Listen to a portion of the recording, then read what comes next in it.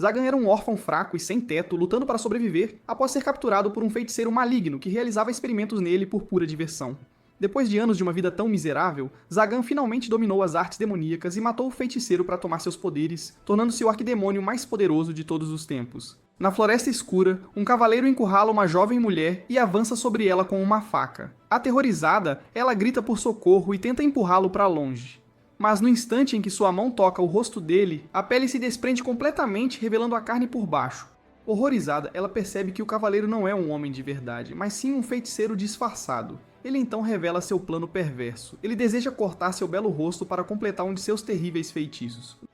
No exato momento em que sua faca está prestes a golpear, alguém agarra sua cabeça por trás. Assustado, o feiticeiro exige saber quem ousa interrompê-lo. Um homem de cabelos castanhos, chamado Zagan, está ali, respondendo friamente com a mesma pergunta.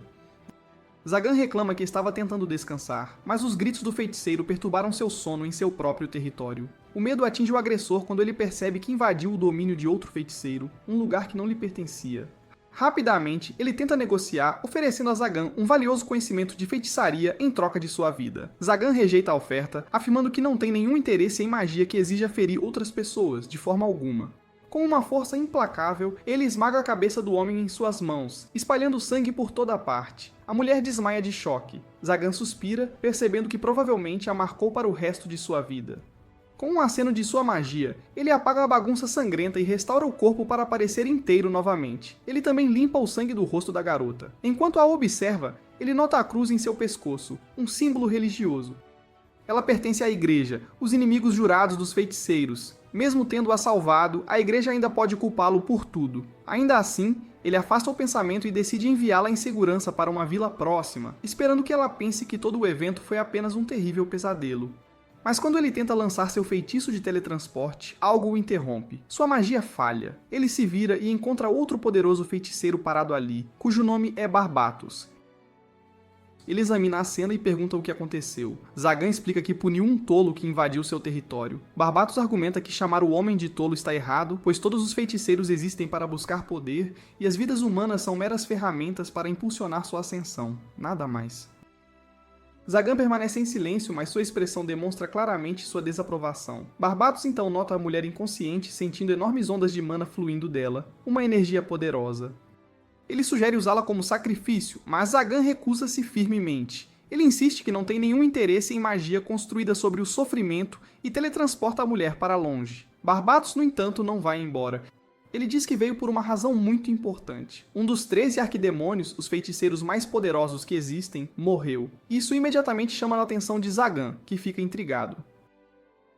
Arquidemônios estão no auge da feitiçaria, abençoados com mana imensa e controle sobre todos os feiticeiros menores. Barbatos revela que Marco, o arquidemônio mais forte que viveu por 1000 anos, está morto sem vida. Seus bens serão leiloados em seu território. Embora Zagan não goste da companhia de Barbatos, ele concorda em ir. Os dois viajam para a terra de Marco, uma cidade enorme e imponente chamada Cides. O lugar está lotado de pessoas se preparando para o grande leilão. Lojas estão agitadas, mercadores gritam, e em cantos sombrios, escravos assustados esperam por compradores. Zagan observa a segurança rigorosa e pergunta o motivo de tanta vigilância.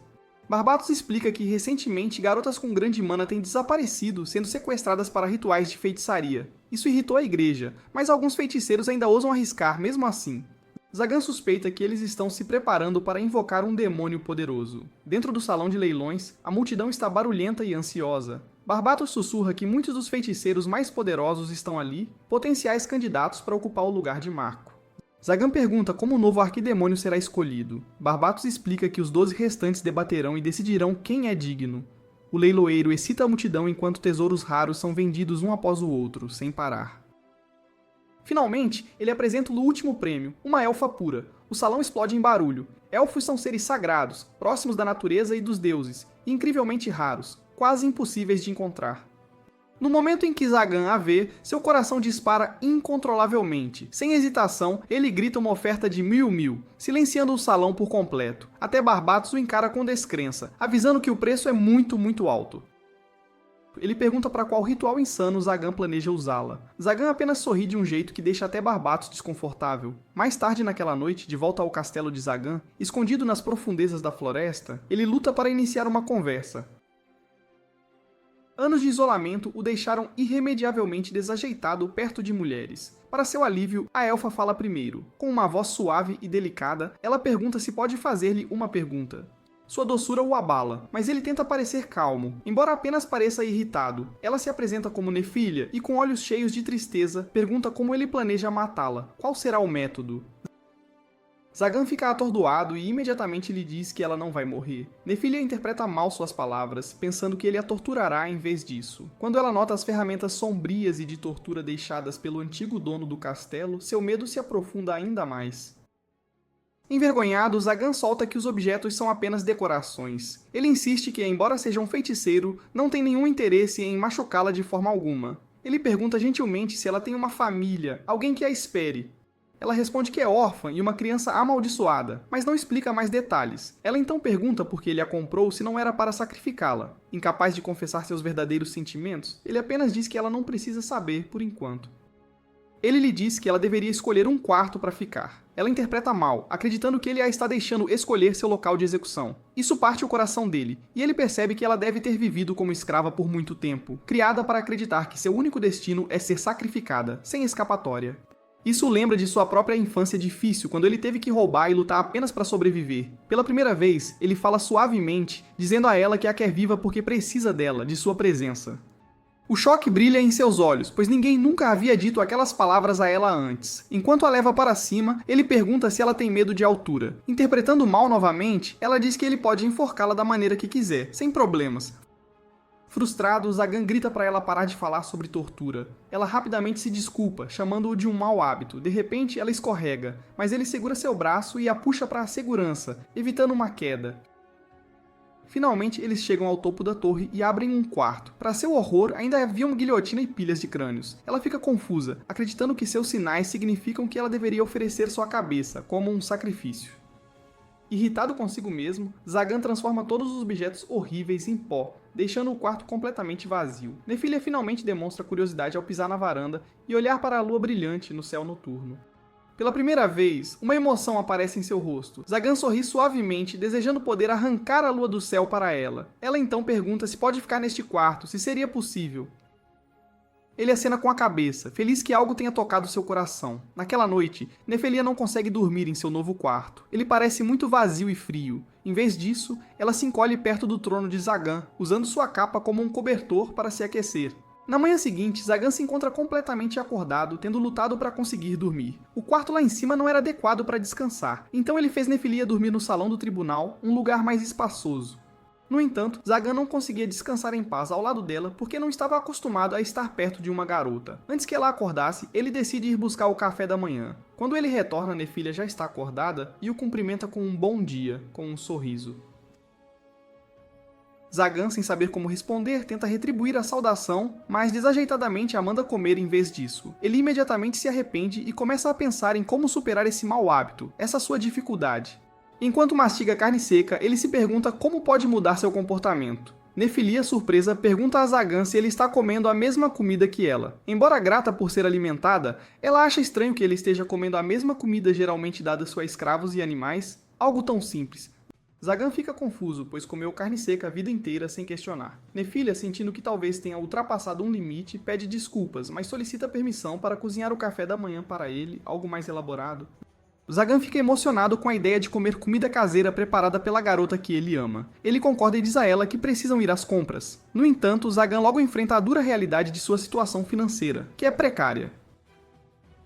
Ele está pobre depois de gastar todo o seu dinheiro para comprar a liberdade de Nefilia. Incapazes de pagar por transporte, eles decidem ir a pé. Enquanto estão a caminho, eles se deparam com bandidos atacando um cocheiro e alguns viajantes em plena estrada.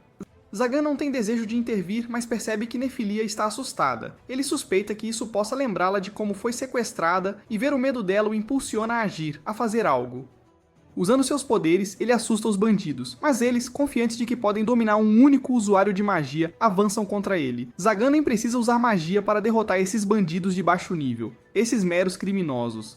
Vendo a força de Zagan, os bandidos começam a entrar em pânico e pedem ajuda. Um feiticeiro que eles contrataram se adianta e avisa Zagan para ficar fora dos seus assuntos. Zagan, recusando-se a recuar, enfrenta o feiticeiro que cria um círculo mágico, um feitiço de ataque.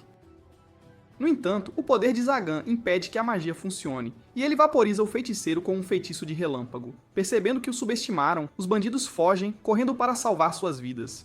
Os viajantes expressam sua gratidão, e o dono da carruagem oferece a Zagan uma carona até a cidade e algum dinheiro em troca de protegê-los na jornada. Zagan concorda, mas fica intrigado. As pessoas geralmente ficam aterrorizadas com ele, mesmo quando ele as ajuda, o que é incomum. Ele suspeita que a presença de Nefilia os está deixando mais confortáveis. Quando chegam ao mercado, Zagan decide primeiro comprar roupas mais confortáveis para Nefilia. Eles entram em uma loja de roupas onde a proprietária, Manuela, os cumprimenta, mas franze a testa ao ver Zagan com desconfiança. Zagan pede para ver roupas para Nefilia, e Manuela concorda, mas ela lança um olhar de desaprovação a Nefilia depois de notar a coleira em seu pescoço. Manuela leva Nefilia ao provador, e enquanto estão ocupadas, Zagan começa a pensar sobre a coleira, sobre sua remoção. Está atraindo atenção indesejada e ele decide que é hora de se livrar dela. Depois de alguns momentos, Nefilia emerge do provador em uma roupa reveladora. Zagan fica surpreso e desconfortável, completamente chocado com a visão. Manuela explica que esta é uma roupa típica para escravas, já que é o que a maioria dos proprietários prefere. Embora a visão seja agradável para Zagan, Nefilia está claramente envergonhada. Então Zagan pede uma roupa diferente, algo mais modesto. Manuela traz um uniforme de empregada que Nefilia parece gostar muito mais. Enquanto se preparam para sair, Manuela diz a Nefilia que ela tem sorte de ter um mestre tão gentil que cuida dela, com tanto carinho. De lá eles visitam um chaveiro para ver se ele pode remover a coleira de Nefilia. Nefilia expressa que não se importa em usá-la, mas Zagan insiste que ela precisa sair. Ele não quer que ela pareça um objeto que lhe pertence de forma alguma. Após inspecionar a coleira, o chaveiro se desculpa, dizendo que não consegue destravá-la. A magia usada em seu design é poderosa demais. Ele também avisa Zagan para não usar a força para removê-la, pois isso poderia ferir Nefilia, causando-lhe dor.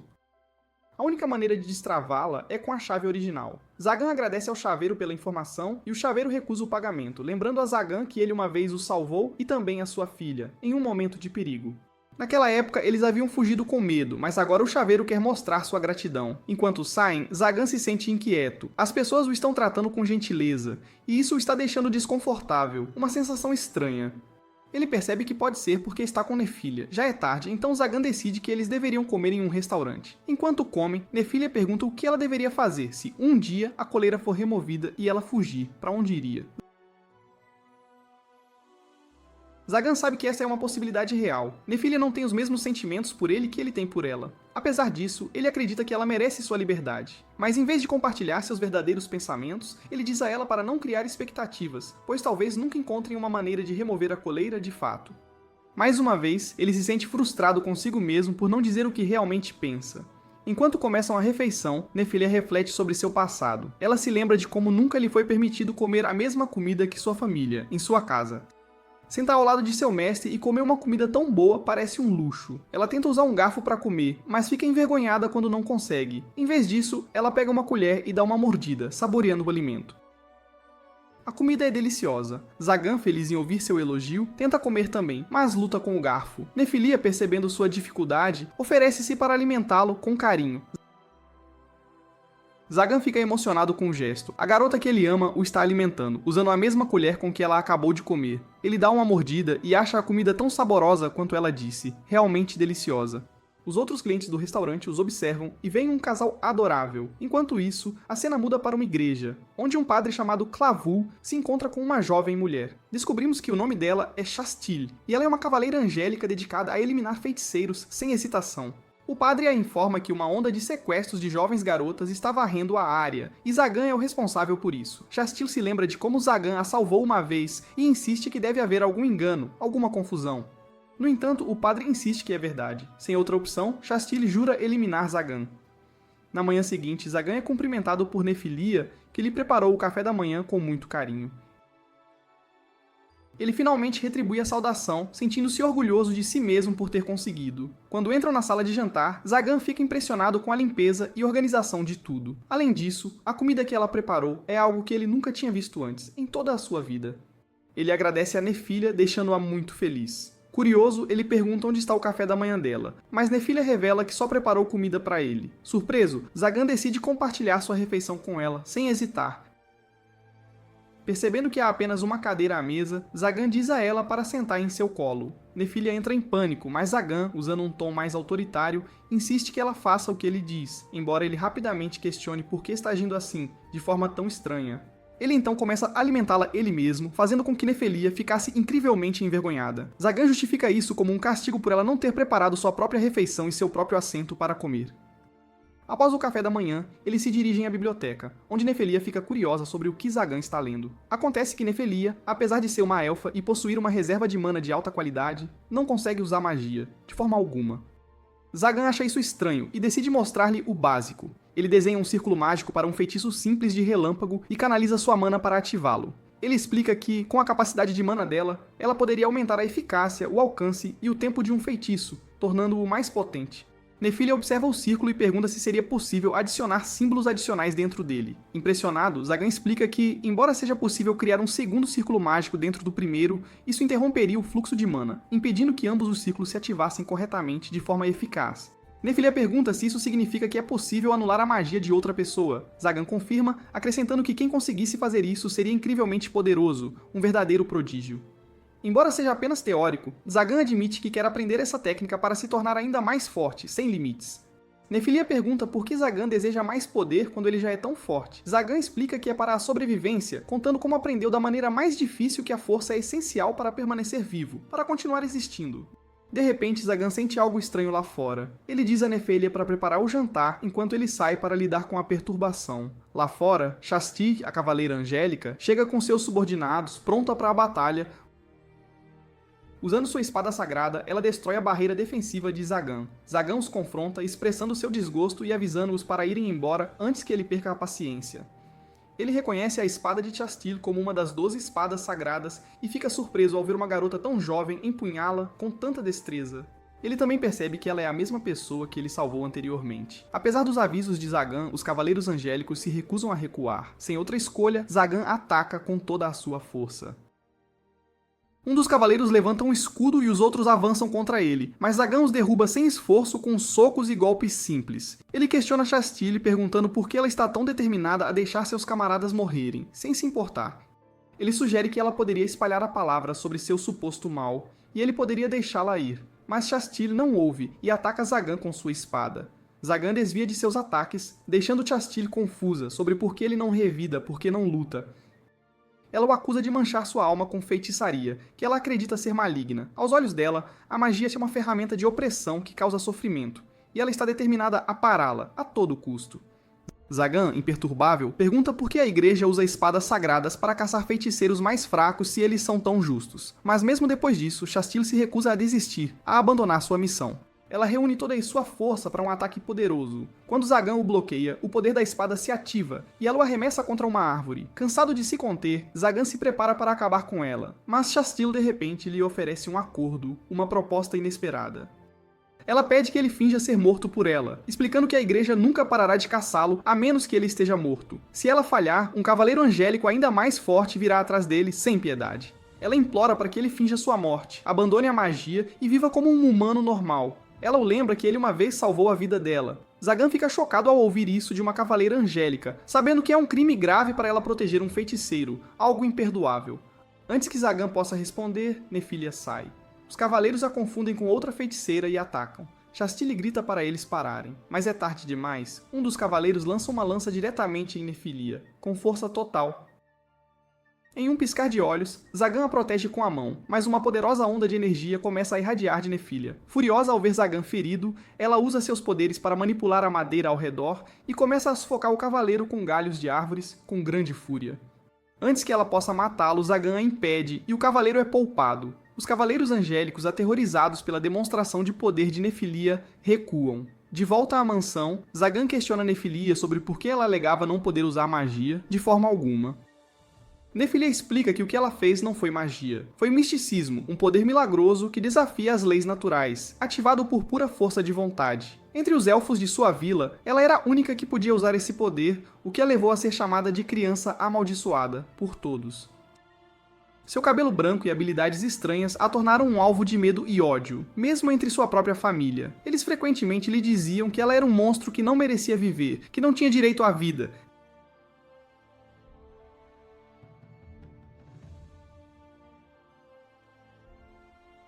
Nefilia relata como, quando sua vila foi atacada, as mesmas pessoas que a odiavam exigiram que ela usasse seus poderes amaldiçoados para salvá-los, para protegê-los do perigo.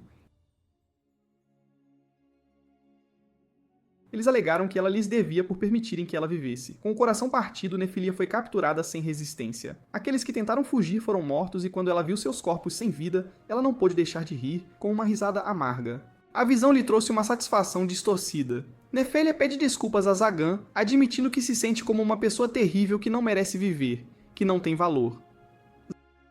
Zagan, no entanto, a tranquiliza. Ele lhe diz que teria reagido da mesma forma e que ter força significa viver com essa força. Ele a lembra de não sentir vergonha, dizendo-lhe mais uma vez o quanto ele precisa dela, de sua presença constante.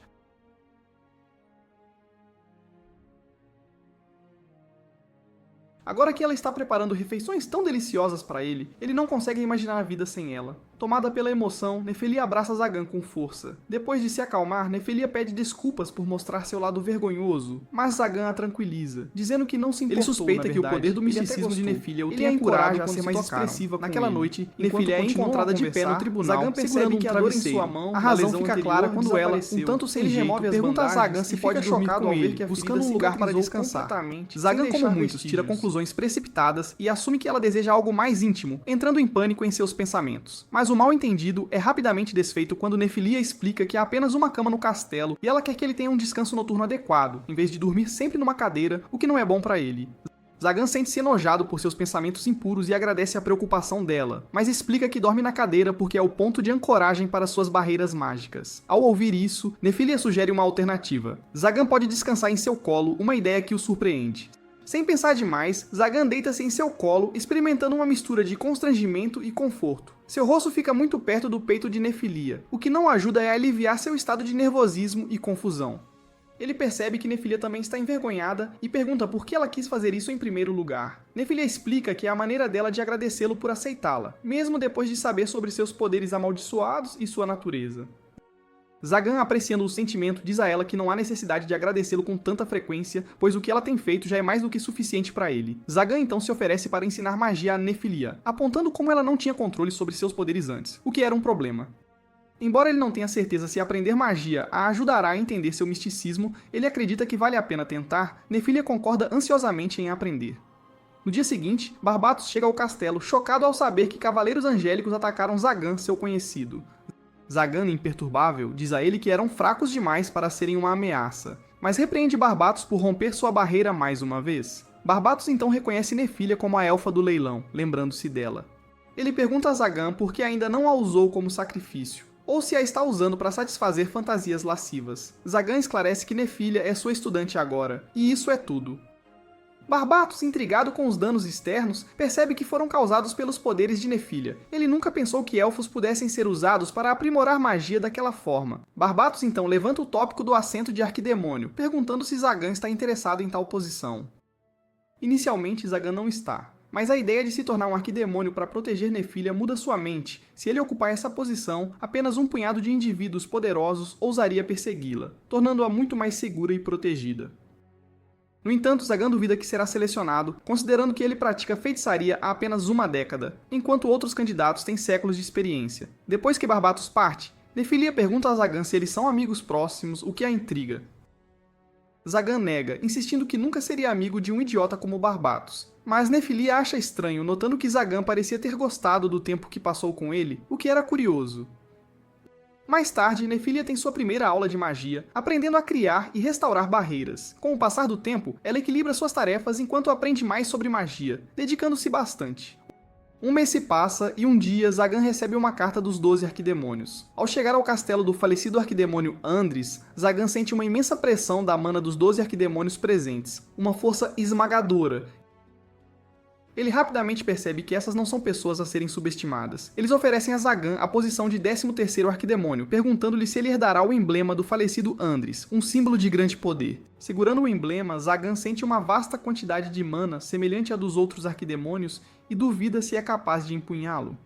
Zagan questiona por que foi escolhido quando outros feiticeiros são muito mais experientes e antigos. Os arquidemônios admitem que o poder atual de Zagan é insignificante em comparação com outros, mas ninguém conseguiu matá-lo. Eles recontam como, aos 8 anos, Zagan matou seu primeiro feiticeiro, que estava longe de ser fraco, e absorveu seu conhecimento, tornando-o seu. Eles veem o potencial de Zagan para se tornar o maior feiticeiro da história, e é por isso que acreditam que ele merece a posição de 13º arquidemônio. No entanto, eles o avisam que este papel não oferecerá paz ou tranquilidade, apenas uma vida repleta de perigos e desafios constantes.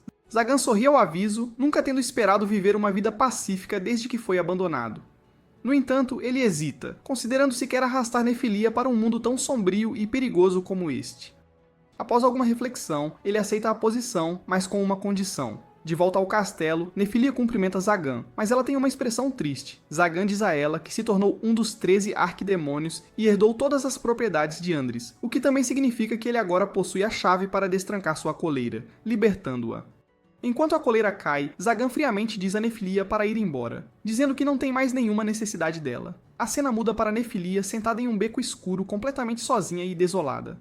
Confusa e magoada, ela se pergunta o que está fazendo ali. Ela se lembra de preparar o jantar, esperando ansiosamente para ver o rosto feliz de seu mestre. Mas agora ela está sentada sozinha, segurando a coleira e revivendo as palavras duras de Zagan em sua mente, uma e outra vez. Enquanto Nefilia se senta desanimada no beco escuro, Shastir, passando por ali, percebe sua tristeza e se aproxima para perguntar o que há de errado. No entanto, ao ver Shastir em sua armadura de cavaleira angélica, Nefilia imediatamente assume que está prestes a ser morta, sentindo grande medo.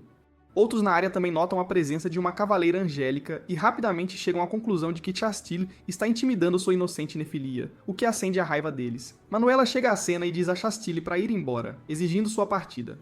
Shastir, vendo a multidão contra ela, fica emocionada. Mas antes que a situação se agrave, Nefilia se manifesta, esclarecendo que Shastir não fez nada de errado. Dentro do pub próximo, Manuela senta-se com Nefilia e pergunta qual é a verdadeira razão por trás de sua tristeza, se não Shastir, buscando a verdade. Nefilia, segurando as lágrimas, confia a elas que se sente abandonada e desnecessária. Ela explica como, depois que Zagan voltou para casa e lhe disse que havia se tornado um dos arquidemônios, ele removeu sua coleira e friamente lhe disse para ir embora porque não precisava mais dela, o que a devastou. Manuela compartilha com Nefilia que os arquidemônios são os feiticeiros mais poderosos e sua força os torna uma força a ser temida. A cidade em questão foi outrora governada pelo falecido arquidemônio Andris, mas desde sua morte a cidade caiu no caos e na desordem. Negócios desagradáveis como o sequestro de jovens garotas tornaram-se desenfreados, e a igreja está constantemente visando feiticeiros. Nefilia, ainda confusa, pergunta por que as pessoas odeiam a igreja e os cavaleiros angélicos quando eles parecem estar tentando ajudar, o que não faz sentido para ela. Manuela explica que, embora a igreja ajude, eles também exigem ofertas obrigatórias dos moradores todos os meses, além de seus impostos regulares. Esse fardo adicional deixa as pessoas furiosas e ressentidas. Manuela, no entanto, acha difícil entender por que Zagan afastaria uma elfa tão doce como Nefilia. Shastir então compartilha sua perspectiva. Ela explica que feiticeiros são vistos como símbolos do mal pela igreja, e como os arquidemônios estão no topo dessa hierarquia, qualquer um associado a eles também se torna um alvo, uma presa fácil.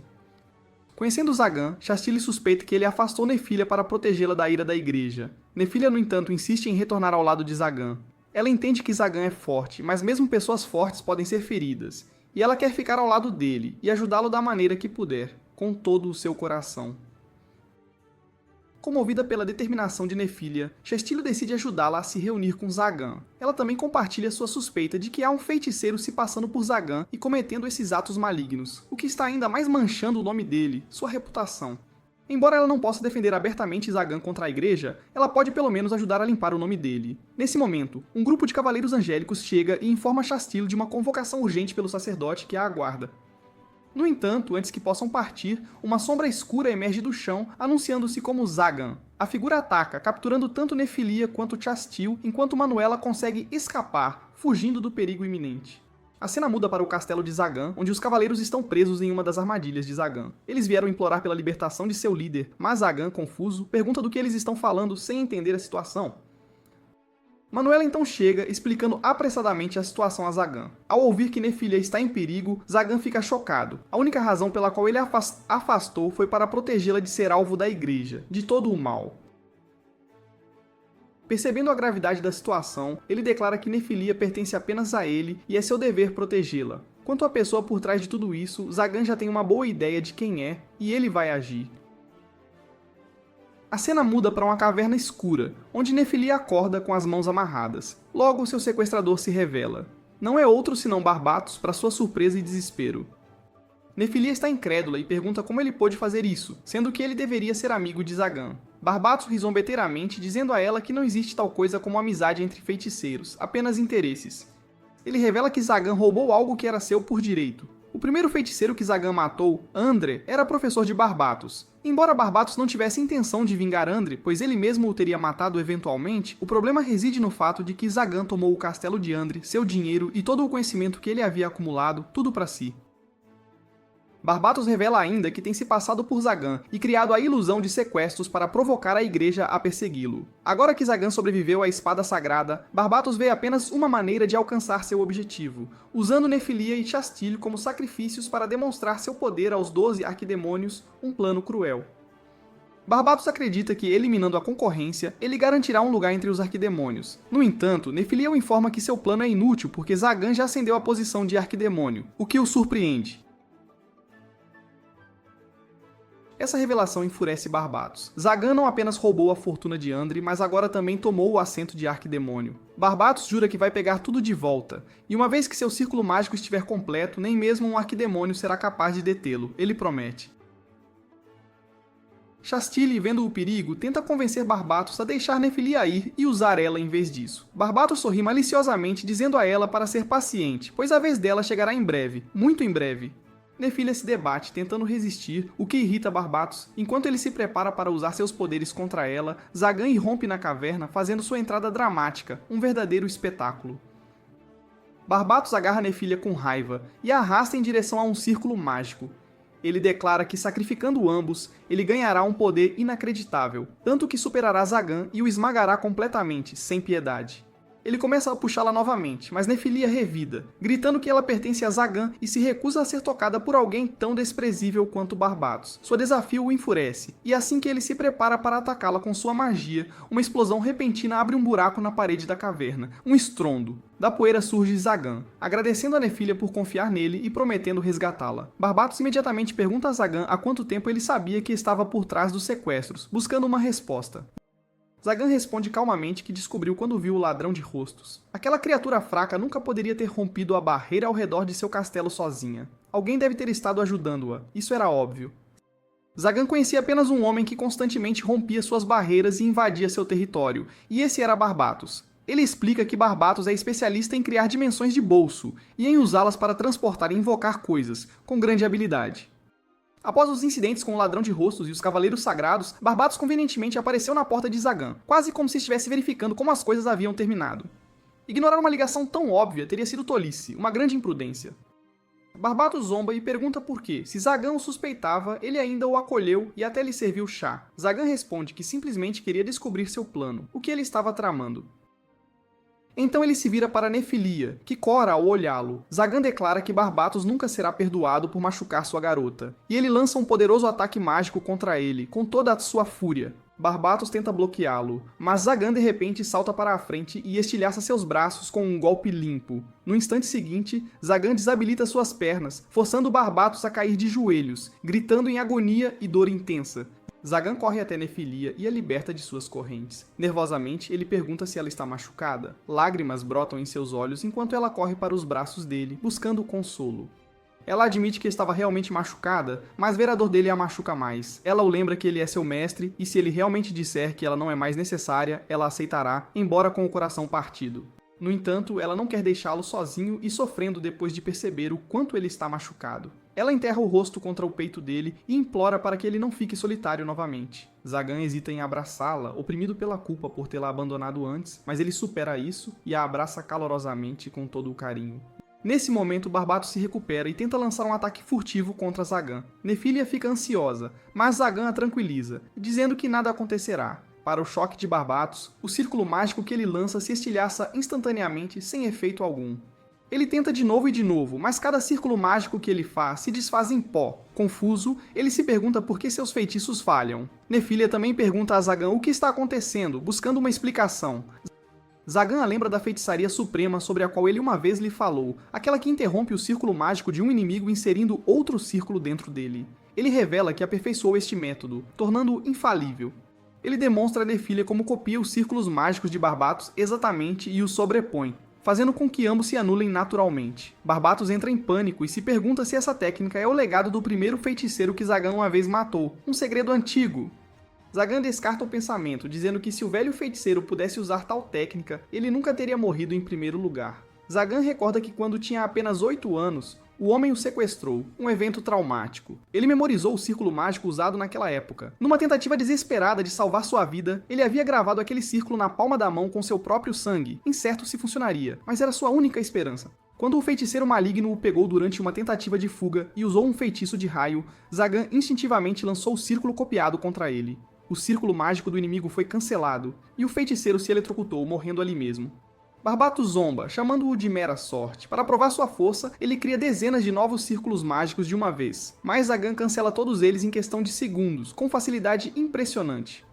Barbatos perde a esperança, percebendo que alguns desses feitiços eram completamente novos, que Zagan nunca tinha visto antes. No entanto, Zagan os apagou sem esforço. Em choque, Barbatos pergunta como ele pode anular tudo tão facilmente com tamanha maestria. Zagan o ridiculariza como um patético feiticeiro de terceira categoria, dizendo que mesmo um iniciante com o tempo certo poderia derrotar sua magia. Ele explica como depois de se tornar um feiticeiro, ele cortou todo o contato com o mundo exterior e se concentrou apenas em estudar magia, dedicando-se totalmente. Seus antigos companheiros de rua pararam de visitá-lo, mas Barbatos não. Apesar das tentativas de Zagan de afastá-lo, Barbatos continuou vindo. Eles brigavam frequentemente, mas eventualmente Zagan aceitou sua presença como um incômodo inevitável, e com o tempo eles até se deram bem, de certa forma criando um laço. Barbatos agora admite que poderia ter matado Zagan a qualquer momento, mas estava curioso para ver até onde um pirralho como ele poderia ir. Zagan então decide mostrar a ele do que ele é realmente capaz. Ele invoca um círculo mágico elaborado, multicamadas, que absorveu todos os que Barbatos criou anteriormente, com grande poder. Chocado, Barbatos pergunta se Zagan devorou seus círculos. Zagan responde que é uma boa maneira de descrever isso. Ele lembra a Barbatos que quando foi escolhido como o 13º Senhor Demônio, também recebeu o novo título de Matador de Feiticeiros, um nome temível. Declarando seu título em voz alta, Zagan libera o enorme poder armazenado de seu círculo complexo e atinge Barbatos diretamente. Barbatos se contorce em agonia, percebendo que mesmo como arquidemônio, ele não pode suportar a força de Zagan, que é imensa. Rastejando no chão, Barbatos implora por misericórdia. Ele promete entregar todo o seu conhecimento e desaparecer para sempre. Ele até tenta lembrar Zagan dos tempos que passaram juntos, de sua antiga amizade. Mas Zagan se recusa a cair em suas palavras e desfere outro soco devastador, sacudindo a caverna. Quando a poeira baixa, descobre-se que Zagan havia apenas socado o chão ao lado dele, aterrorizando Barbatos ainda mais, com sua demonstração de poder. Rindo, Zagan diz que não tem interesse em matá-lo. A razão é simples. Barbatos tem um bom olho para álcool, e Zagan ainda quer desfrutar dos bons vinhos que ele traz, de suas seleções especiais. Ele o assegura de que Barbatos não representa ameaça, embora Barbatos jure vingança, prometendo que matará Zagan algum dia. Zagan encolhe os ombros, dizendo que ele é livre para tentar, mas depois de perder, ele deve pagar-lhe bebidas, como um acordo. Confuso, Barbatos pergunta por que Zagan simplesmente não o mata, já que seria mais lógico. Zagan simplesmente responde que, como um arquidemônio, ele faz o que bem entende, seguindo sua própria vontade. Se Barbatos realmente deseja a morte, então ele deveria se tornar forte o suficiente para ser uma ameaça real. Nefília sorri feliz, observando tudo isso. Enquanto isso, Manuela resgata Chastile, tirando-a do perigo. Mas de repente, o gigantesco círculo mágico no chão se ativa. Zagan percebe que algo está errado. Ele exige saber o que Barbatos está fazendo. Barbatos responde presunçosamente que está invocando um demônio de verdade, um ser terrível. Todos congelam de terror porque demônios são considerados apenas lendas, seres antigos que teriam vivido na Terra antes de desaparecerem para outro mundo. Disse que os símbolos dos feiticeiros e da igreja vêm do conhecimento de deuses e demônios, uma sabedoria ancestral. Zagan percebe que Barbatos fez algo imprudente, mas também nota que a invocação é imperfeita. Como o círculo foi danificado antes e nenhum sacrifício humano foi oferecido, apenas uma sombra do verdadeiro demônio aparece, uma forma incompleta. No entanto, mesmo nesta forma incompleta, sua aura avassaladora é esmagadora. Zagan desespera-se, convencido de que não pode derrotar tal poder. O demônio estende sua mão maciça em sua direção e ele se prepara para a morte, aceitando seu destino. Mas em vez de atacar, o demônio se ajoelha diante de Zagan, chamando-o de rei. Atordoado, Zagan entende que a criatura reage não a ele pessoalmente, mas ao símbolo do arquidemônio em sua mão, um sinal de poder. Embora abalado, ele comanda o demônio a retornar ao seu reino, porque este mundo não é para ele. Depois de olhar em silêncio, o demônio obedece, recuando para o círculo com um estrondo, desaparecendo de vista. Assim que ele desaparece, o círculo mágico desmorona e a caverna começa a desabar. Zagan levanta Nefilia e as outras garotas em seus braços e até diz a Barbatos para se agarrar à sua túnica, para que todos possam escapar.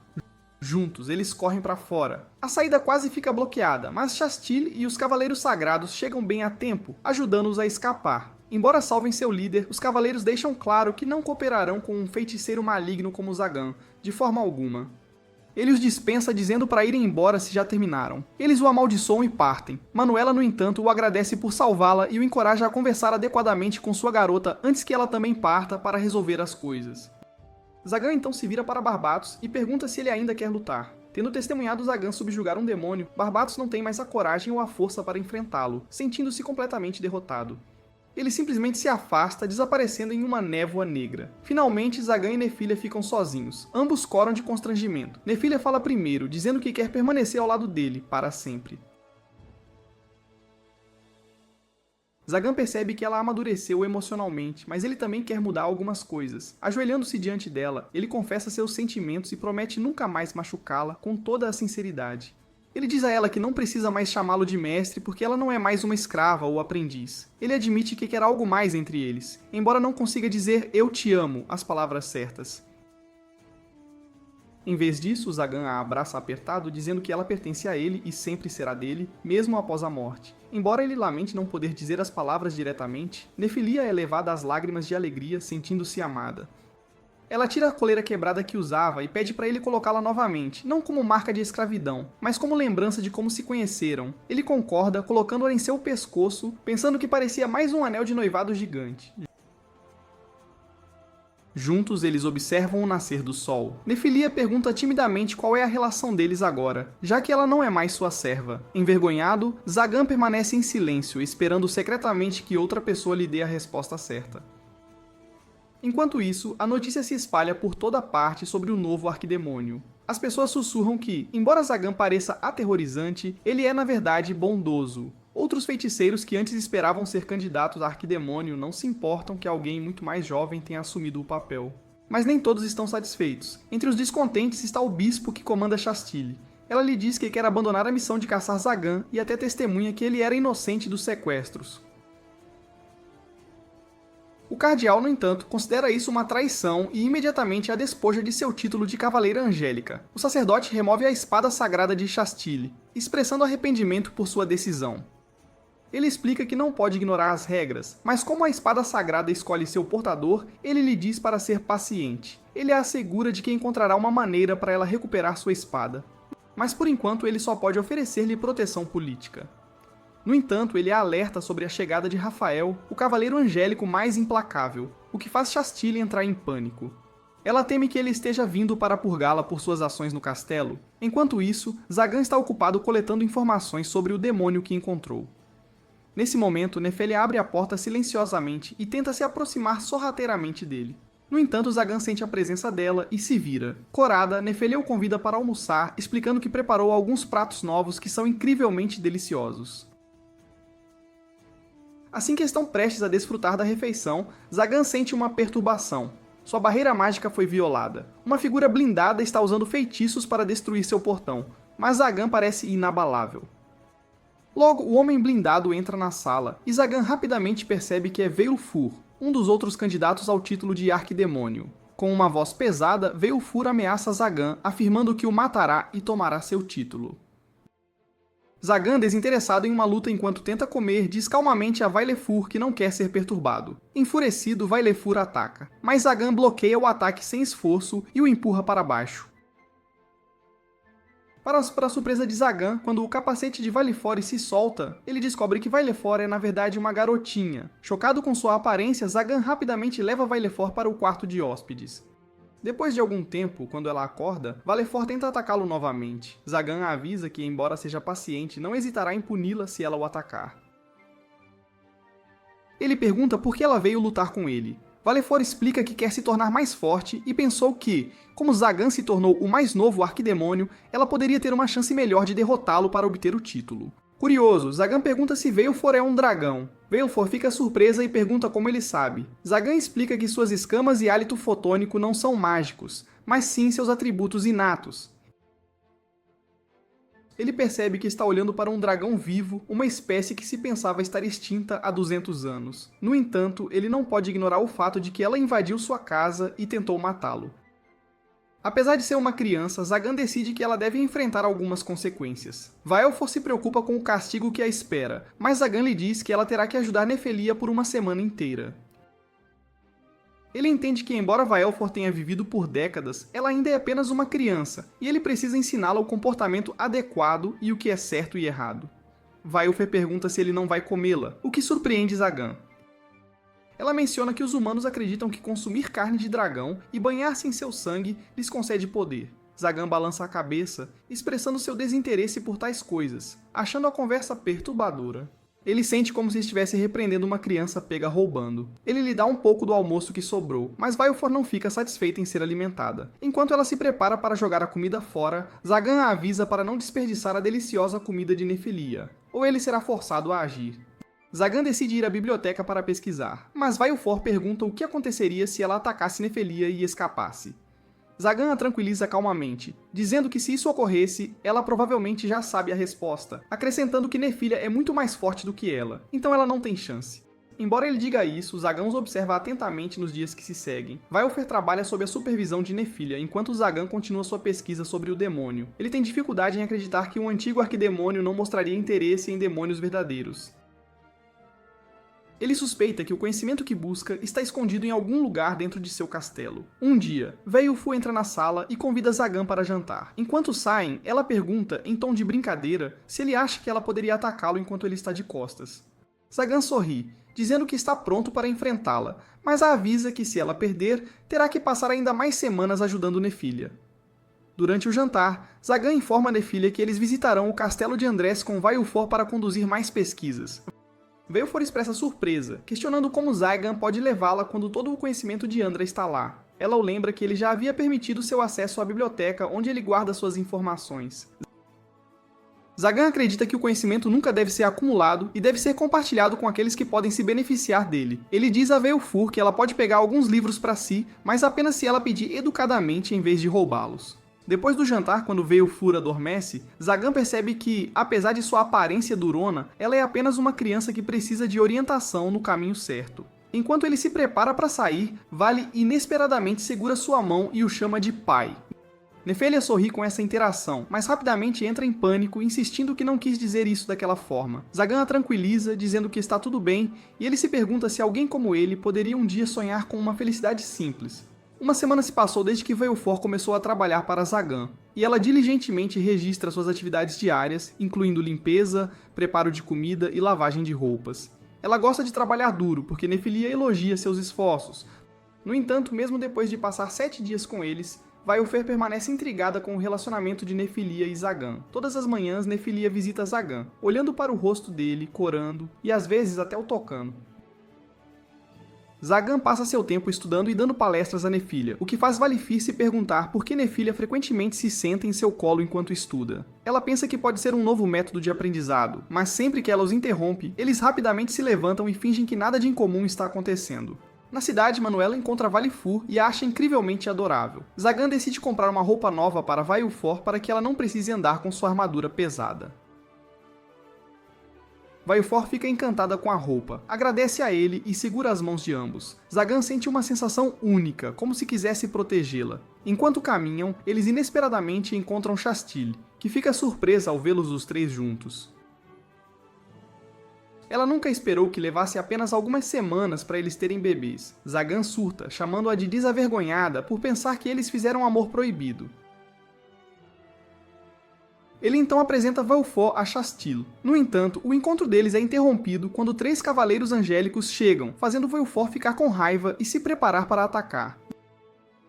Zagan a impede, e assim que os cavaleiros partem, ele pergunta a Vaelfor por que ela queria atacá-los. Ela afirma categoricamente que não precisa de um motivo para matar cavaleiros angélicos. Zagan reconhece que seu raciocínio é válido.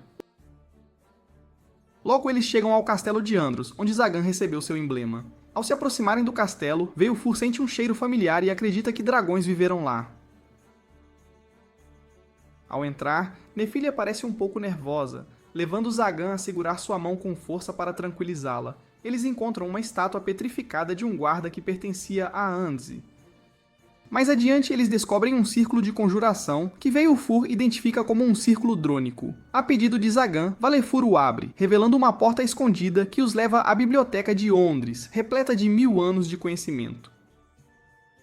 Valefur avista um livro intitulado 12 Espadas Sagradas, e Zagan rapidamente o pega. Ele percebe que a linguagem é a mesma usada em seu emblema e nas espadas sagradas. Ele percebe que se aprender essa linguagem, poderá descobrir mais sobre o brasão do arquidemônio. Enquanto isso, na igreja, Shastil cumprimenta Rafael, o comandante dos Cavaleiros Angélicos. Ele primeiro pergunta quantos feiticeiros ela matou, uma pergunta que Shastil antecipou, já que Rafael tem a reputação de matar muitos feiticeiros. Ela responde casualmente que não é um número do qual possa se gabar, levando todos ao seu redor a expressar choque e a instá-la a ser mais respeitosa. Surpreendentemente, Rafael ri, dizendo que fazia muito tempo que alguém não ousava falar com ele daquele jeito, mas a avisa que essas serão suas últimas palavras. Os cavaleiros intervêm para proteger Shastil. E felizmente, o sacerdote chega, pedindo a Rafael para não intimidar seus cavaleiros. Rafael então pergunta sobre a localização da espada sagrada, explicando que, enquanto o portador escolhido estiver vivo, a espada não pode ser empunhada por mais ninguém. Isso significa que ele deve eliminar Shastil para que a espada seja passada a outro. Ele saca sua espada sagrada e todos sentem a intensa pressão dele. O sacerdote pede a Rafael para se acalmar e decide devolver a espada a Shastil. Enquanto isso, no bar, Barbatos ri da ideia de Zagan cuidando de uma criança. Zagan, irritado, ameaça ir embora se Barbatos não parar de rir. Barbatos se desculpa e vai direto ao ponto, alertando Zagan sobre Rafael, o cavaleiro angélico que matou 499 feiticeiros, e revela que Zagan é o próximo alvo de Rafael. Zagan acha estranho, mas fica alarmado quando Barbatos menciona que há rumores de que Rafael comeu carne de dragão, levantando a possibilidade de que Zagan possa estar em perigo real. Zagan fica desconfiado da súbita amizade de Barbatos e questiona suas intenções. Barbatos expressa seu desejo de gerenciar a propriedade de Andra, mas Zagan recusa, suspeitando que Barbatos esconderia informações cruciais. Em vez disso, Zagan oferece-se para lhe dar alguns livros. Barbatos concorda, afirmando que os escolherá. Mas nesse momento, Rafael entra no bar, mudando a atmosfera com sua presença imponente. No bar, Zagan permanece calmo enquanto Barbatos e os outros ao seu redor entram em pânico e desmaiam apenas com o olhar intimidador de Rafael. Enquanto Barbatos se prepara para atacar, Zagan o impede, sentindo que Rafael não tem intenção de lutar, pois não irradia sede de sangue. Zagan sugere que se sentem para uma bebida e uma conversa. Rafael aceita o convite, senta-se e explica que queria conhecer Zagan após ouvir sobre o surgimento de um novo arquidemônio. Zagan acha estranho que alguém conhecido por matar feiticeiros esteja ali sem qualquer indício de sede de sangue, especialmente com 2 feiticeiros presentes. Rafael explica que não mata por diversão, ele só mira naqueles que escolhem ser maus. Ele então pergunta a Zagan sobre a força de Shastil durante a luta deles. Zagan responde que ela foi a oponente mais difícil que ele enfrentou em todas as suas batalhas. Rafael vê isso como um sinal de que Shastil poderia ser uma séria ameaça à igreja, e sugere que ela deveria ser eliminada. Essa percepção atinge Zagan com força. Ele entende o sacrifício que Shastil fez ao abrir mão de sua posição para evitar ser caçada por Rafael. E ele nunca esperou que ela fosse tão altruísta. Agora, Zagan se preocupa que Rafael possa agir contra Shastil, já que ele confirmou a conexão deles. Determinado a protegê-la, Zagan diz firmemente a Rafael que não permitirá que nenhum mal aconteça a Shastil. Ele sabe que Shastil tem amigos na cidade que lamentariam profundamente sua perda, e se eles fossem feridos por causa de Rafael, Zagan jura intervir e revidar. Rafael simplesmente ri das preocupações de Zagan e vai embora. Barbatos, que está observando, insta Zagan a agir rapidamente enquanto ele ainda tem a chance, mas Zagan se recusa a agir precipitadamente. Em vez disso, ele decide pedir a Barbatos que use sua magia de teletransporte para verificar a segurança de Shastil. Em troca desse favor, Zagan promete dar mais livros a Barbatos. Embora Barbatos se sinta desconfortável com o plano, ele concorda em ajudar seu amigo. Depois, Zagan volta para sua mansão e encontra Nefília acordada, com Veil adormecida pacificamente em seu colo. Ele pensa no perigo que Rafael representa, considerando a ideia de que ele pode ter matado um dragão e comido sua carne, o que poderia torná-lo ainda mais poderoso. De repente, Barbatos chega carregando uma Shastil inconsciente que foi envenenada. Quando Vaiufer acorda e vê Shastile, ela fica furiosa e pronta para atacar. Zagan intervém, lembrando a Vaiufer para manter a calma e a compostura. Em sua raiva, Vaiufor questiona como Zagan pode permanecer tão calmo quando cavaleiros angélicos mataram seu pai. Zagan então pergunta a Vaiufor se Shastile foi responsável pela morte de seu pai. Quando Vaiufor se recusa a responder, Zagan explica que matar Shastile não lhe trará a verdadeira vingança. Em vez disso, ele lhe diz que a verdadeira vingança exige paciência e encontrar a oportunidade certa para fazer quem a feriu sofrer. Veiufir pergunta a Zagan se ele já se vingou e ele admite que sim, mas foi muito rápido e não o satisfez. Ele se oferece para ensiná-la a arte da vingança perfeita. Logo depois, Shastile recupera a consciência e Zagan pergunta diretamente se ela se lembra de quem a envenenou. Shastile recorda ter recebido uma carta que a levou a encontrar alguém que afirmava falar em nome de um membro da facção da Reconciliação. Este grupo acredita que a igreja pode coexistir com feiticeiros e que caçá-los deveria ser proibido. Ela foi convidada a se juntar à facção, mas disse que precisava de tempo para considerar. Depois de voltar para casa, ela bebeu seu chá e desmaiou. Embora ela suspeite de Rafael, Zagan a tranquiliza, dizendo que ele não precisa recorrer a táticas tão desonestas para derrubá-la. Ele insiste para que ela descanse em seu castelo por alguns dias. No dia seguinte, Shastile acorda e encontra Zagan pronto para colocá-la para trabalhar. Ele explica que se ela for ficar com eles, deve ajudar de alguma forma. Vaiufor, que ouve essa conversa, fica com raiva e pergunta a Shastile o que ela fez de errado para merecer isso. Zagan explica calmamente que o pai de Valifor faleceu, o que deixa Shastile em choque. Valfur, sentindo-se chateada, sugere que talvez fosse melhor para Shastile deixar a casa deles. No entanto, Zagan insiste que Valfur ainda é apenas uma criança e precisa aprender a se dar bem com pessoas diferentes. Enquanto passam tempo juntos, Valfur prega peças em Shastile continuamente. Ela vê essas pegadinhas como uma forma de se vingar pela dor que sente pela morte de seu pai. À noite, Veiufir escreve em seu diário, expressando o quão lamentável ela acha Shastile, vendo-a como fraca e indefesa. Apesar de sua raiva, Veiufor começa a sentir um pouco de simpatia por Shastile, reconhecendo que ambas estão lutando à sua maneira. Nesse momento, Zagan entra no quarto e fala diretamente com Veiufor. Ele pergunta se ela quer continuar morando com eles como filha dele e de Nefilia. Zagan já conversou com Nefilia, e ambos concordam que querem acolher Veiufor em sua família. Ele lhe diz que se ela quiser fazer algo em troca da bondade deles, ela pode, mas eles sempre estarão lá para ela sempre que precisar de ajuda ou apoio. Depois que Zagan sai, Vale de repente se lembra de um evento traumático de seu passado. Ela recorda o momento horrível em que viu um cavaleiro angélico bebendo o sangue de seu pai. Essa memória dolorosa a assombra desde então, e a faz perceber o que deve fazer a seguir para encontrar um senso de encerramentos. Cerca de 30 minutos depois, Nefilia entra correndo no quarto em pânico. Ela informa a Zagan que Vaiufor desapareceu. A atmosfera fica tensa enquanto eles percebem que devem encontrá-la rapidamente para evitar que algo terrível aconteça. Zagan e Nefilia trocam olhares preocupados, sabendo que as ações de Valifor poderiam levar a consequências perigosas. Ambos entendem a urgência da situação e se preparam para procurá-la, esperando encontrá-la antes que seja tarde demais. Naquela noite, Veiufir mais uma vez abre seu diário e começa a escrever. Ela anota que a nova cavaleira sagrada parece uma completa tola e não merece um nome grandioso como Shastile. Ela registra que Shastile é extremamente fácil de pregar peças, tão fácil que apenas jogar algumas cascas de frutas em seu caminho certamente a fará escorregar. Valifir se pergunta como essa mulher conseguiu se tornar uma cavaleira se ela nem consegue evitar algo tão simples quanto uma casca de banana. Ela também escreve que Shastile parece aterrorizada com quase tudo que se move, seja uma cobra ou uma aranha, e sempre foge assim que avista uma. Veiufir afirma que provocá-la é muito simples, quase monótono, e já está se tornando entediante.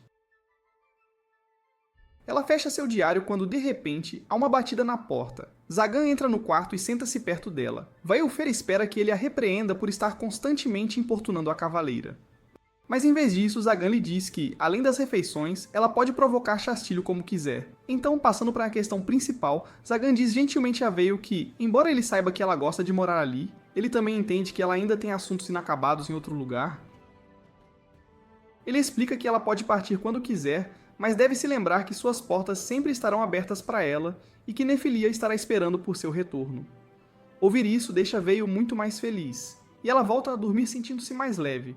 Enquanto isso, Nefilia e Shastile compartilham um banho quente juntas no novo balneário antes de irem para a cama. Mais tarde, enquanto Veil dorme, ela tem um pesadelo. Em seu sonho, ela recorda o dia em que descobriu seu pai morto com um cavaleiro sagrado curvado sobre seu corpo. Esse pesadelo a assusta e a acorda. Sentindo-se ansiosa, ela se esgueira para o quarto de Chastille e levanta suas garras aproximando-se dela.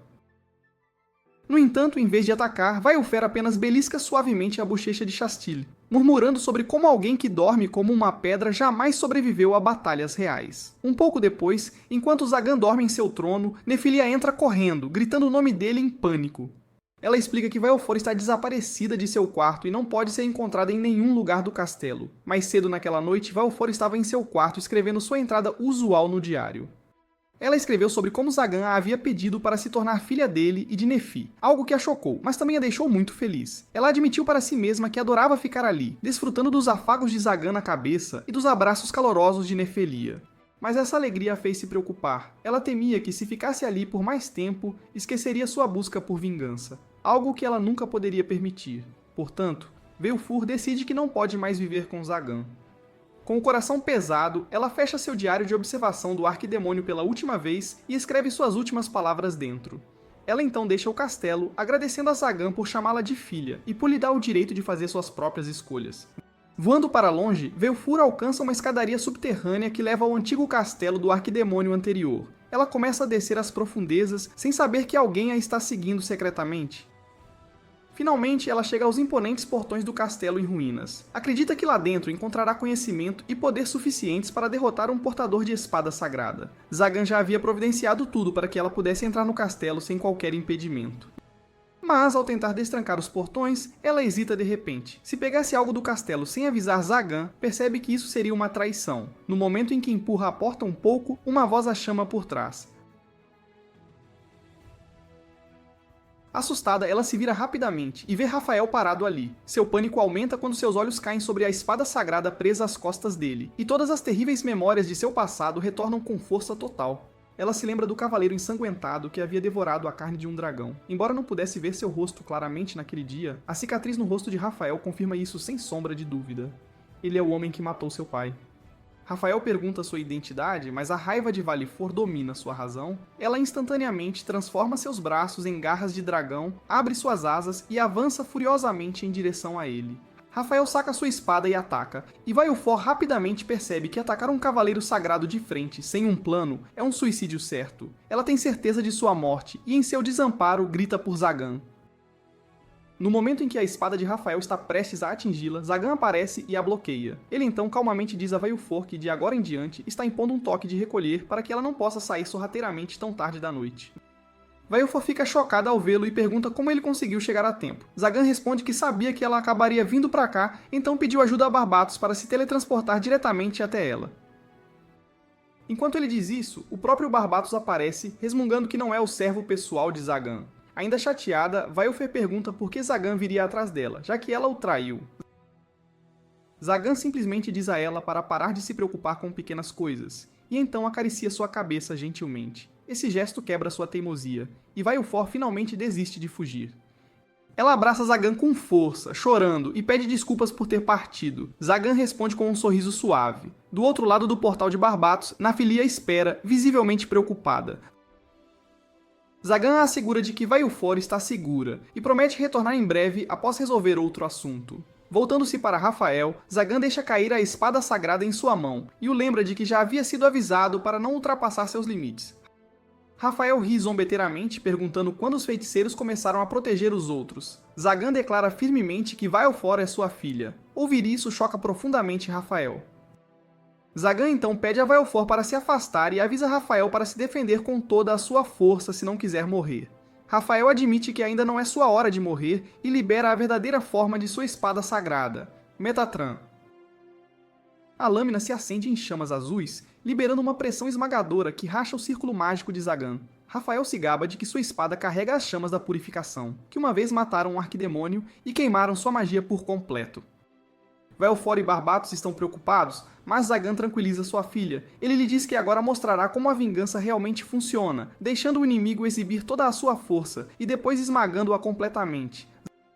Zagan avança contra Rafael, que brande sua espada sagrada com toda a sua força. Para o choque de Rafael, Zagan a bloqueia com uma barreira mágica que não desaparece nem mesmo sob as chamas da purificação. Zagan explica que após sua batalha com Chastile, ele aprimorou seus feitiços defensivos. Sua mais nova barreira, chamada Escama Celestial, absorve continuamente magia do ar para se reparar e permanecer em perfeitas condições. Ele então empurra Rafael para trás, embora Rafael reacenda as chamas de sua espada e ataque novamente. Seu poderoso golpe atinge apenas o chão, criando um enorme buraco e incendiando-o, enquanto Zagan desvia sem esforço.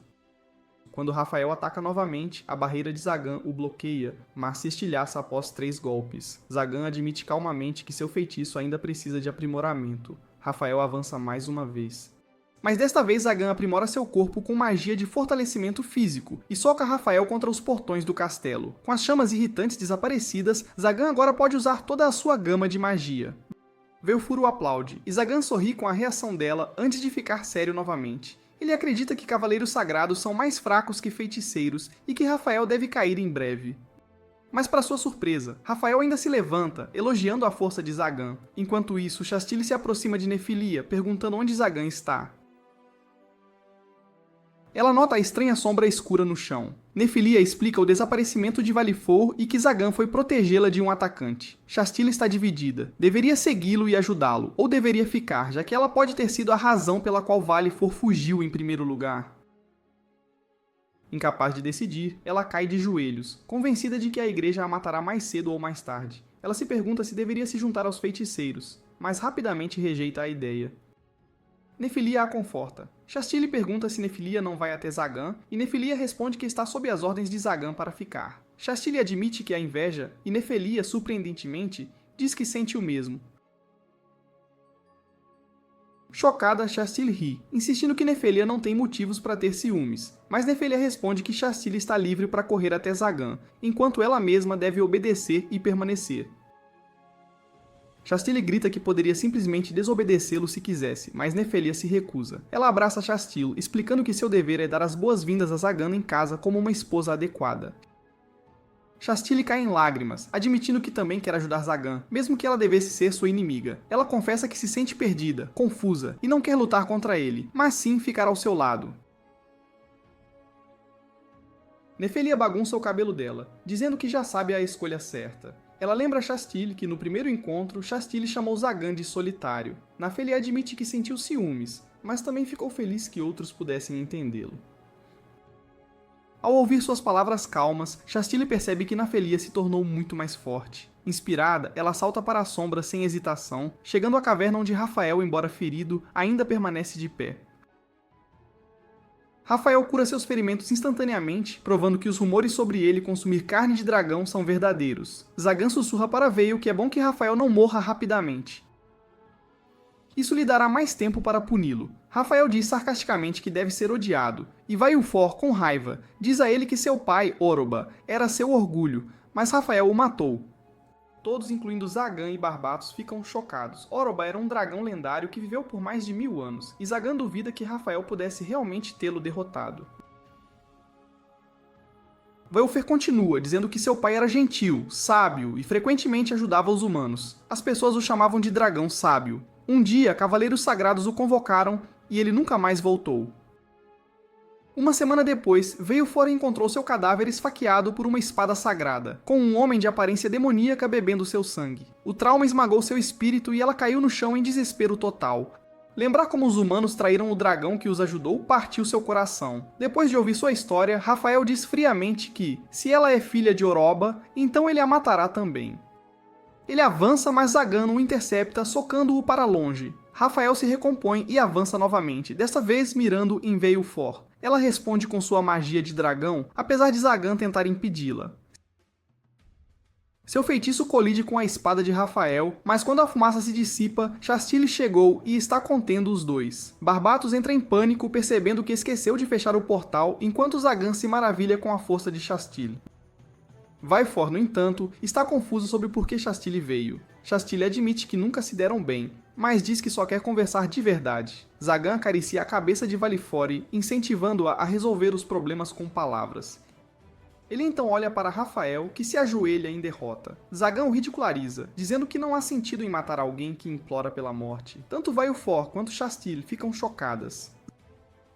Zagan explica que no momento em que Rafael ouviu o nome de Yoruba, toda a sua vontade de lutar desapareceu. Chastile de repente se lembra de algo e pergunta a Rafael se foi ele quem lhe enviou uma carta assinada com o nome de Oroba. Confuso, Zagan exige uma explicação clara. Naquele momento, uma aura aterrorizante emerge do castelo do arquidemônio. O Golem Guardião desperta, liberando uma força tão sombria que Chastile mal consegue respirar. Ao sair completamente, Zagan percebe que ele carrega energia demoníaca, embora mais fraca que a de um demônio real, e o vê absorvendo mana de tudo ao seu redor. O Golem ameaça drenar toda a vida próxima, já afetando Chastile de forma preocupante. Vailfer explica que é o guardião do castelo, provavelmente ativado pelo choque das espadas sagradas. Zagan tenta comandá-lo de volta com seu brasão de arquidemônio, mas nada funciona, absolutamente nada. O Golem torce a cabeça e dispara um poderoso feixe de energia. Zagan grita para todos desviarem e mal consegue puxar Chastile para o lado. Horrificado, ele vê Vailfor pega na explosão. Mas quando a fumaça se dissipa, ela está ilesa. Rafael a protegeu com seu próprio corpo, perdendo um braço. Todos ficam atônitos, e Zagan está enfurecido com o Golem. Ele invoca seu feitiço de barreira avançada, o arremessa contra o Golem e o esmaga no chão, destruindo-o por completo. Em seguida, ele corre até Vailfor, aliviado por ela estar bem.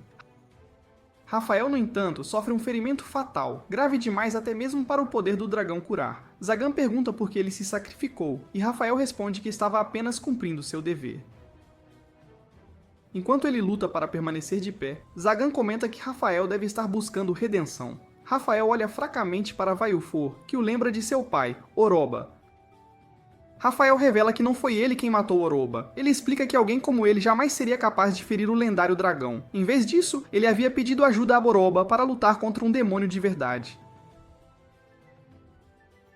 Infelizmente, a tentativa deles de derrotar o demônio levou à morte de centenas de cavaleiros angelicais. Vailfor, ainda tentando processar essa notícia chocante, acusa Rafael de estar mentindo. Ela insiste que demônios não existem. Zagan então intervém para confirmar que demônios são de fato reais. Ele explica que tem estudado os livros de Andrés para encontrar maneiras de combatê-los caso eles retornem algum dia. Vailfor se sente de coração partido, como se tivesse perdido seu sentido de propósito na vida. Tentando aliviar sua dor, Rafael diz a Vailfor para não perder a esperança. Ele explica que Oroba não perdeu para o demônio. Em vez disso, ele sacrificou sua própria vida para que Vailfor pudesse continuar vivendo. Rafael enfatiza que, se os demônios voltassem em um mundo onde a igreja e os feiticeiros estão em conflito, eles facilmente assumiriam o controle. É por isso que Oroba confiou a Rafael a séria tarefa de beber seu sangue para ganhar poder. No entanto, Rafael agora sente que sua missão está cumprida, e outros podem continuar a luta. Barbatos confronta Rafael sobre os 499 feiticeiros que ele matou, questionando como isso se encaixa em seu suposto propósito nobre. De repente, um golem começa a se mover novamente. Zagan se prepara para atacá-lo, mas Rafael o avisa que é uma mistura de golem e demônio, o mesmo demônio que ele e Oroba haviam derrotado no passado. Depois disso, Andras deve tê-lo transformado em um fantoche. Embora não seja tão forte quanto antes, ainda possui sua natureza demoníaca, o que o faz parecer imortal. Essa revelação preenche o ar com tensão, pois todos percebem a ameaça que agora enfrentam. Percebendo que a situação é crítica, Zagan decide que deve enfrentar o Golem sozinho. Chastile objeta, lembrando-o de que ela ainda é capaz de lutar, mesmo estando envenenada. Para demonstrar suas habilidades, ela entoa um feitiço que cria uma lâmina de purificação, que ela usa para bloquear o ataque do Golem. Aproveitando o momento, Zagan amplifica seu soco com seu poder, mas rapidamente nota algo alarmante.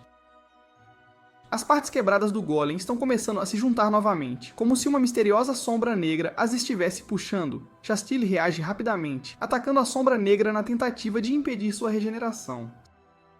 Sem outra escolha, Zagan usa um novo feitiço que gera chamas negras, que finalmente destroem o Golem para sempre. Após a batalha, Zagan confronta Rafael sobre suas razões para matar tantos feiticeiros.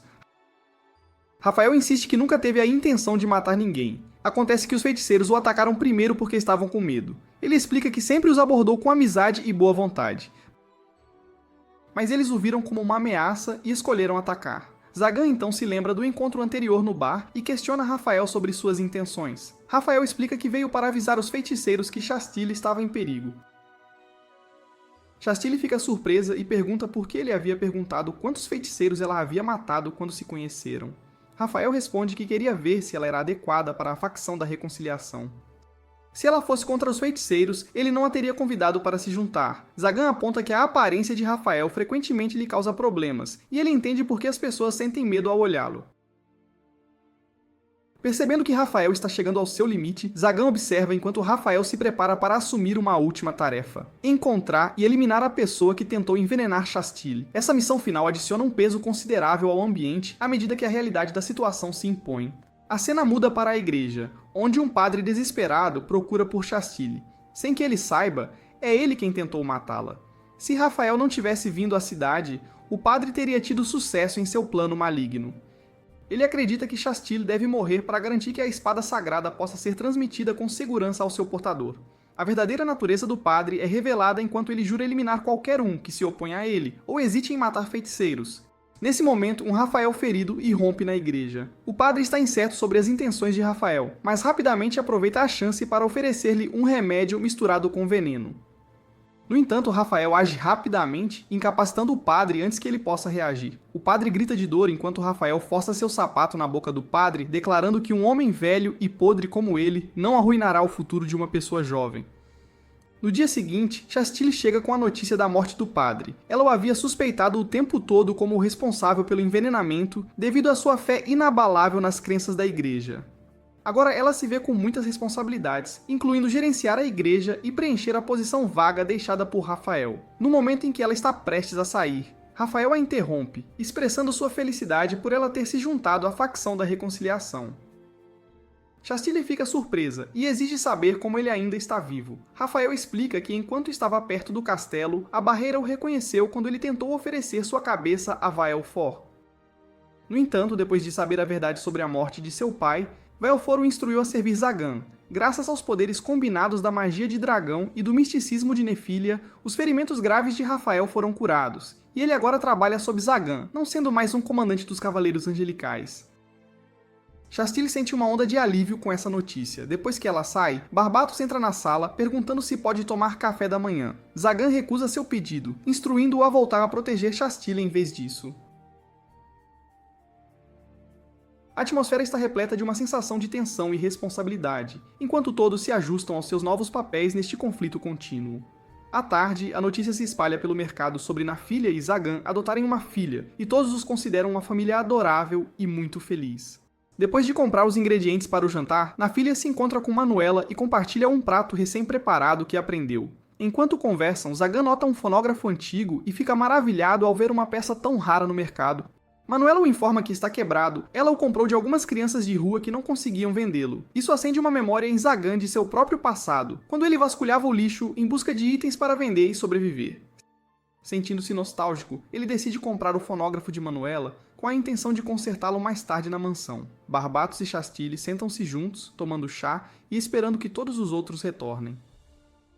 Para quebrar o silêncio, Chastille tenta puxar a conversa, mas Barbatos não lhe responde de forma alguma. Depois de um tempo, Nefelia e os outros finalmente chegam, e Chastille decide ajudar Nefelia na cozinha para preparar o jantar. Enquanto isso, Barbatos e Zagan vão para a biblioteca. Uma vez lá, Barbatos compartilha suas preocupações sobre Chastille. Ele aponta que ela é bastante desajeitada e sugere que ela poderia se machucar se alguém não estivesse prestando atenção nela o tempo todo. Ele fala sobre como ela derrama chá, esbarra em prateleiras e frequentemente faz bagunça por onde passa. Zagan ouve Barbatos e então pergunta por que isso importa tanto assim. Ele sugere que Barbatos deveria simplesmente ficar com Chastille o tempo todo para ficar de olho nela. Essa sugestão surpreende Barbatos, deixando-o momentaneamente sem palavras. Após várias horas, Zagan conserta com sucesso o fonógrafo, e uma música linda e suave começa a tocar, preenchendo o ambiente com uma atmosfera acolhedora, que todos podem desfrutar. Mais tarde, o grupo se reúne para o jantar, e Chastille comenta sobre o cheiro delicioso e os ricos sabores da comida. Barbatos ri e zomba dela por tentar soar como uma adulta, provocando-a sobre como ela ainda dorme com um brinquedo de pelúcia. Chastille entra em pânico, imaginando como ele sabe desse segredo. Nesse momento, Zagan intervém para defendê-la, dizendo a Barbatos para ficar quieto e que ele está agindo assim apenas porque está um pouco bêbado. Durante o jantar, Nafília menciona que Barbatos foi quem trouxe Chastille para tratamento depois que ela desmaiou. Sentindo-se grata, Chastille expressa sua gratidão a Barbatos. mas ele dispensa o agradecimento, dizendo a ela para guardar seus agradecimentos para mais tarde, quando ela amadurecer e se tornar uma bela mulher. Shastili cora com as palavras dele, mas Barbatos simplesmente termina o jantar e vai para a cama.